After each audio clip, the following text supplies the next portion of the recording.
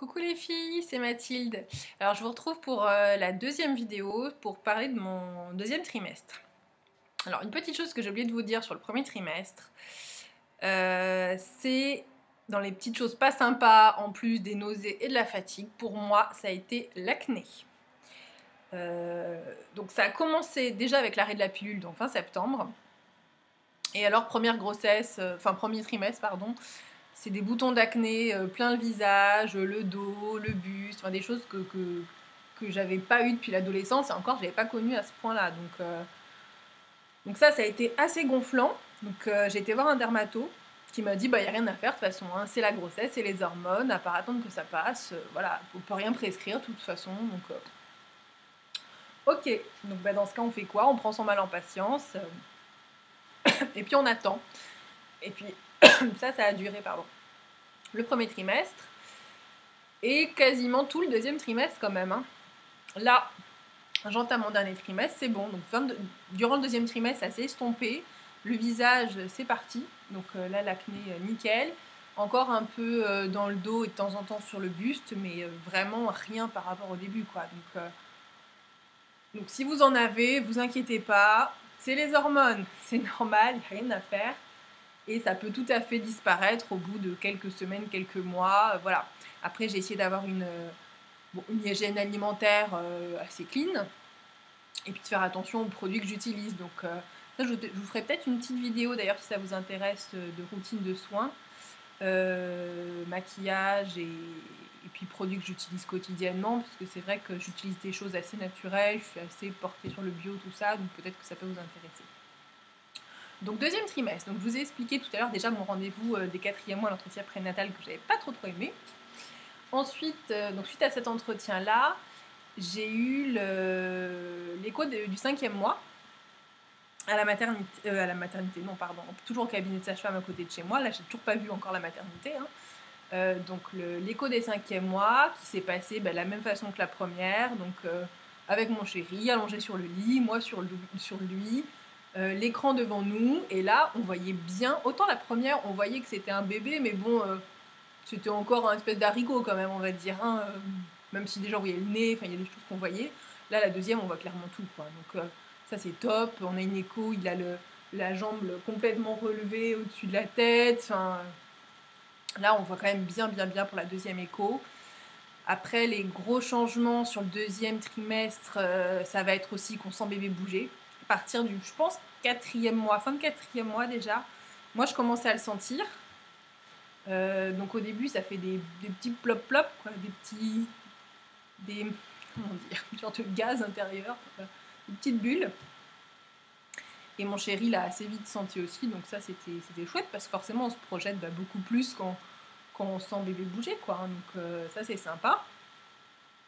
Donc sur ce deuxième trimestre qui vient de s'écouler, voilà, on sent pas mal bébé bouger. Donc au début un tout petit peu, 4e mois, 5e mois ça commence à bouger, 6e mois il bouge dans tous les sens. 6e mois ça fait plutôt syndrome un peu gastro, tu sais, ça te tord les boyaux, plutôt ça là. Là ça te tord partout, t'as le ventre qui bouge dans tous les sens. Bébé qui commence à appuyer sur la vessie, vas-y sur l'estomac, enfin bon là c'est... Donc un peu plus folklore quand même, au tout début t'es là, t'es content, puis à la fin là, ouais, doucement quand même, ça va quoi, calme-toi. Donc pendant cette deuxième écho, on a su le sexe de l'enfant, parce qu'à la première, elle nous a dit je vous dis rien parce que clairement c'est pas, il n'y a aucune certitude, et puis voilà, donc je préfère rien vous dire. Et donc là par contre à la deuxième écho, donc au rendez-vous des 5e mois, elle nous a dit qu'on attendrait un petit garçon.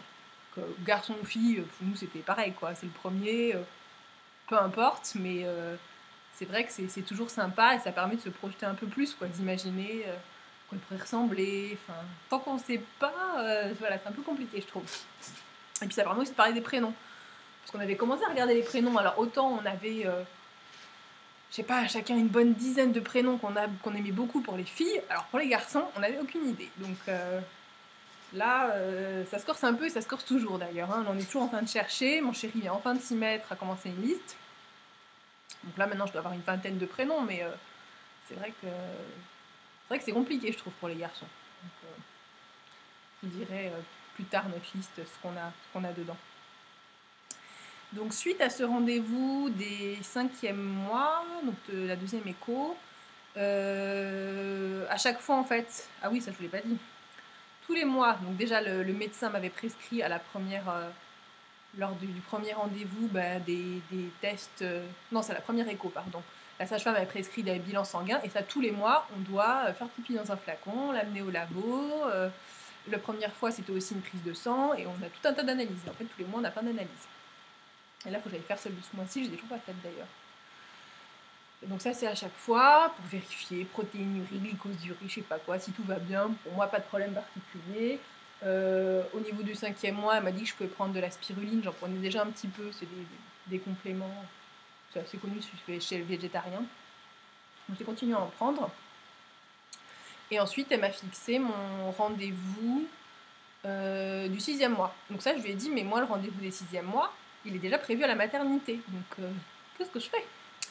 Puis elle me disait quand même, ce serait bien de le faire chez nous, parce que comme ça, vous verrez les cours de préparation, voir avec ma collègue, c'est Sandrine, voir les cours de préparation à l'accouchement, si vous voulez le faire avec nous, qu'on puisse mettre tout ça en place. Ok, pourquoi pas, moi ça m'est égal, hein, donc je ne connais pas, donc j'ai appelé la maternité, que j'avais vu déjà au tout début, qui m'avait prescrit tous mes rendez-vous, pour leur dire, le rendez-vous des 6e mois, je l'ai déjà aussi chez ma sage-femme, donc qu'est-ce que je fais? Est-ce que je peux l'annuler chez vous? Est-ce que je peux venir qu'à partir du 7e mois? Est-ce qu'il est utile? Madame au téléphone était un peu embêtée, elle m'a dit quand même si ce serait bien de venir pour le 6e mois, le rendez-vous des 6 mois, parce que c'est là aussi que vous allez faire votre inscription à la maternité. Tu as un tas de papiers encore, un tas de choses à remplir, votre dossier, donc ce serait quand même bien de le garder. Bon, je me suis dit, je garde les deux, à la limite, autant il y a les deux. Autant avoir 2 rendez-vous plutôt qu'un. Et c'était d'abord celui de la maternité. Donc rendez-vous à la maternité, donc là c'est l'hôpital, hein. Ce coup-ci on n'est plus au petit cabinet de sage-femme, où c'est la salle de détente assez cool avec un piano et puis des lits en bois pour faire l'écho. Là non, hein, tu vois qu'il est dans le médical, hein, c'est pas pareil. Donc tu passes au bureau d'accueil où il te faut ta carte vitale, tu me demandes voilà, ta carte de groupe sanguin, après des choses comme ça. De toute façon on te le fait faire, c'est la sage-femme qui te le prescrit au début, quand tu fais tes prises de sang, tu fais aussi le bilan, la carte de groupe sanguin, puis tout un tas de papiers. Donc de toute façon, tu gardes tout. En fait, c'est facile. Tu as une pochette classique, hein, et dedans, tu mets toutes tes échos, tout ce que tu fais. Moi, j'ai mon carnet de santé, j'ai tous mes résultats sanguins. Voilà. Toi, tu te balades avec ça partout, et au moins, il n'y a pas de problème. Et tu vas quelque part, s'ils veulent de quoi que ce soit, ils ont voilà, toutes les échos, toutes les courbes, voilà, tout ce qu'on te donne, tu vois, hop, l'écho de bébé. Donc tu gardes tout avec toi. Donc là, ce rendez-vous à la maternité, donc pareil, ils t'ont faire pipi dans un flacon, ça tu le sais pas au début, donc tu n'as pas, j'aurais préféré le savoir, le faire chez moi, mais bon. Et ensuite, tu passes dans une salle de consultation version médecin, hein, classique, hein, donc avec une sage-femme, et moi c'était aussi une étudiante sage-femme. Donc la sage-femme, normalement je devais être suivie par la même, on m'avait dit ce sera madame Intel, je sais pas comment elle s'appelle, qui va vous suivre du début à la fin. Évidemment, cette dame-là n'était pas là, c'était encore une remplaçante. De toute façon, j'ai jamais eu la même sage-femme pour l'instant, à part Fabienne Stock qui m'a fait mes 2 échos. Sinon, j'ai eu une remplaçante pour le 4e mois, j'ai eu là une autre pour le 6e mois, et donc là, encore une différente à la maternité, ce sera pas la même que j'aurai après priori. Enfin bon. Ça, voilà, il faut se dire que ce sera pas... Alors ça, c'est un peu gonflant quand même, parce que c'est vrai qu'on a envie d'être suivi de A à Z par la même personne, d'avoir des conseils, et au final, voilà, tu vois toujours quelqu'un de différent. Donc là, elle a regardé tous mes résultats à la maternité, la sage-femme, qui était assez jeune, et elle m'a dit, bon, on va prescrire de la vitamine D, parce qu'il y a toujours carence en vitamine D, a priori, les femmes enceintes, donc déjà tout le monde est carencé quasiment en vitamine D, mais bon. Moi, je me suis dit, ça sert à rien, au début, c'est l'été, je me dis, puis c'est bon, hein, je vais en faire de la vitamine D en synthétisé, mais bon, elle m'a prescrit une ampoule, ça prend une fois, donc ça mange pas de pain. Et elle m'a prescrit du fer, parce qu'elle m'a dit, votre fer, il est bas, le bébé, il prend beaucoup pour les femmes enceintes, donc complément en fer, voilà, à prendre chaque jour. Je le prends 1 jour sur 2 à peu près, mais bon. Je suis pas très fan des médicaments, de façon générale, donc voilà, donc du fer à prendre. Et elle m'a demandé aussi de faire le test du diabète gestationnel. Alors ça, on entend beaucoup parler, c'est le truc un peu horrible, a priori, il faut boire du sirop un sirop très concentré et prendre la glycémie à jeun juste avant et ensuite 1 heure après et 2 heures après pour voir comment le corps réagit. Et voilà. Ça, je l'ai pas fait. C'était à faire entre, je crois, la 24 et 29e semaine de grossesse. Alors, je vous dis pas à quoi ça correspond parce que j'en sais rien. Moi, je compte en mois, voilà. Je sais que je suis dans mon 7e mois, point. Et bon, je vous expliquerai après, mais je l'ai pas fait.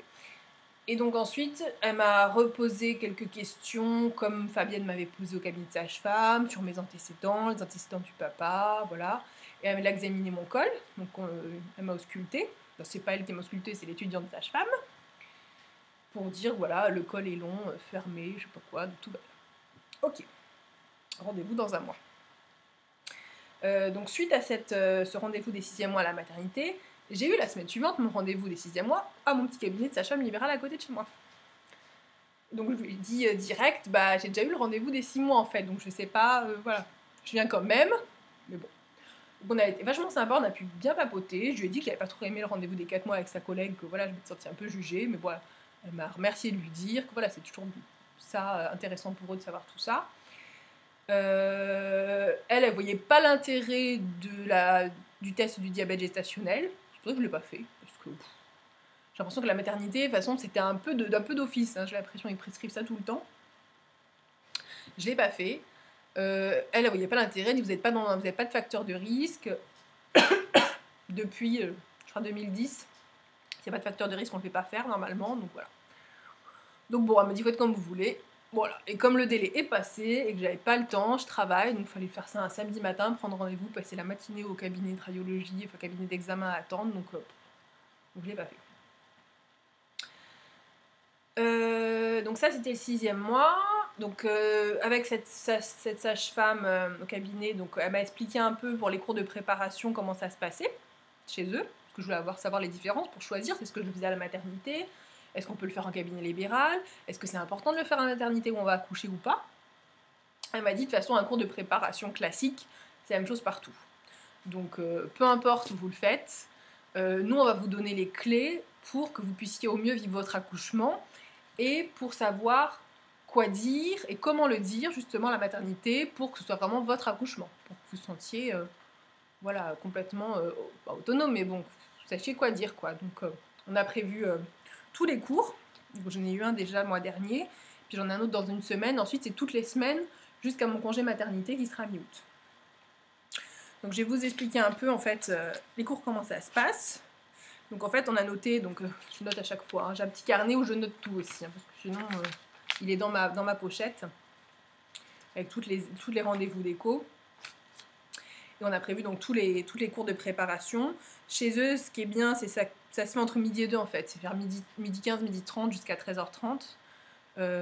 Donc ça permet de ne pas poser de jour de congé parce que moi, dans mon boulot, c'est pas prévu. Soit je posais des RTT ou des congés. Mais il n'y a pas dans la convention collective, c'est pas prévu que je puisse m'absenter à part les rendez-vous obligatoires mensuels. Mais sinon, voilà, ça c'est hors, parce que c'est facultatif les cours de prépa. Donc c'est bien à faire, je pense, pour un premier bébé surtout. Pour un premier bébé, moi j'ai fait la préparation classique. Je sais qu'il y a des préparations qui peuvent se faire dans l'eau, le chant prénatal, et puis avoir vraiment plein de trucs, l'autonomie. Bon, voilà, moi je fais le truc de base. Donc en fait, j'ai 1, 2, 3, 4, 5, 6, ouais, c'est ça, j'ai 7 rendez-vous avec des thèmes, l'allaitement, les positions, la respiration, l'accouchement du point de vue du bébé, l'accouchement du point de vue du maman et quand partir à la maternité, et la suite de couches, donc l'après-accouchement, point de vue maman et point de vue bébé. Donc voilà, ça me fait mes 7 rendez-vous. Donc là, j'ai le premier rendez-vous suite de couches bébé. En fait, c'était un cours, je n'ai pas pris grand-chose, hein, sincèrement. On était 3 mamans. En général, ils me disent qu'ils font des cours. Là, au cabinet où je suis, elle me dit vous serez entre 3 et 5 mamans à chaque fois. À la maternité, a priori, c'est plus 10-15. Hein, donc, nous, c'est petit. Le papa était convié, donc là, mon chéri a pu venir. Et en fait, on nous explique comment ça va se passer une fois que bébé va naître. Donc, une fois qu'il est sorti, elle nous explique qu'il va rester avec nous si tout va bien pendant 2 heures en salle de naissance. Qu'ensuite, des trucs lambda, hein, il sera recouvert d'une pellicule, le vernix, comme on dit. que le premier lait c'est le colostrum, des trucs un peu... que le bain on le fait prendre le lendemain, la température c'est tous les jours, qu'on nous laisse sortir la maternité une fois que bébé a pris du poids. Voilà, des petites choses, bon, pas appris grand chose quoi. Bon. Moi j'ai toujours des questions pratiques, donc je me dis bon, voilà, la température, on la prend tous les jours, mais donc il faut quoi? Un thermomètre plutôt qu'on met à la tempe, plutôt dans les fesses, un truc classique, enfin bon, puis il se mouille pas trop quoi, à chaque fois, ça dépend, c'est vous qui voyez, donc bah ok, donc, bon, pas d'un grand secours, mais bon. Donc voilà pour ce premier rendez-vous de naissance. Quoi d'autre sur ce deuxième trimestre? J'ai commencé les achats. Alors, ça aussi.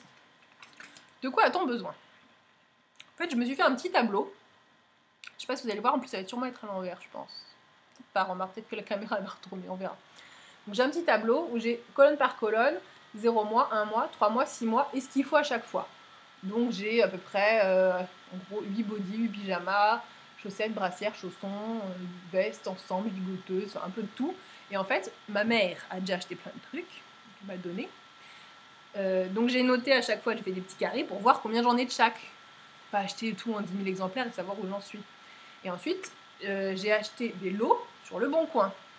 Parce que le 0, alors déjà, taille naissance, tu sais pas si ton bébé il va le mettre, parce que si c'est un gros bébé, il les mettra direct du 1 mois. 1 mois il en faut, 3 mois oui, 6 mois oui, naissance, voilà, il en faut, parce que tu sais pas quand ton bébé va sortir, mais voilà, parce que ça sert à rien d'investir, sachant qu'il va le mettre quoi, 2 semaines peut-être, quoi, donc, ou un peu plus s'il est vraiment tout petit, mais bon, je sais pas, je pense pas que mon bébé sera petit, donc on verra. Et donc j'ai acheté, ma mère m'a donné plein de choses, donc tout ça j'ai déjà coché. Et ensuite j'ai acheté sur Le Bon Coin. Donc il y a des lots, c'est très bien, des mamans qui vendent des lots de body, de pyjama, en 0, 1 mois, etc. Donc j'en ai eu pour 40 €. Je suis allée chez une maman, son petit garçon avait déjà 3 mois passés. Et elle m'a donné, alors je sais pas combien de trucs quoi, mais j'ai peut-être pas loin de 40 pièces, je dois avoir de vêtements quoi, donc peut-être 1 € la pièce, on va dire, même pas. J'ai des ensembles, j'ai des bonnets, donc des bodys en naissance en 1 mois, en 3 mois, j'ai un peu de 6 mois, j'ai des pulls, j'ai des choses qu'elle a tricotées elle-même, donc voilà. Ça c'est très bien. Donc j'ai des lots énormes dans la chambre, la future chambre de bébé qui pour l'instant est la chambre bordel, dressing, débarras.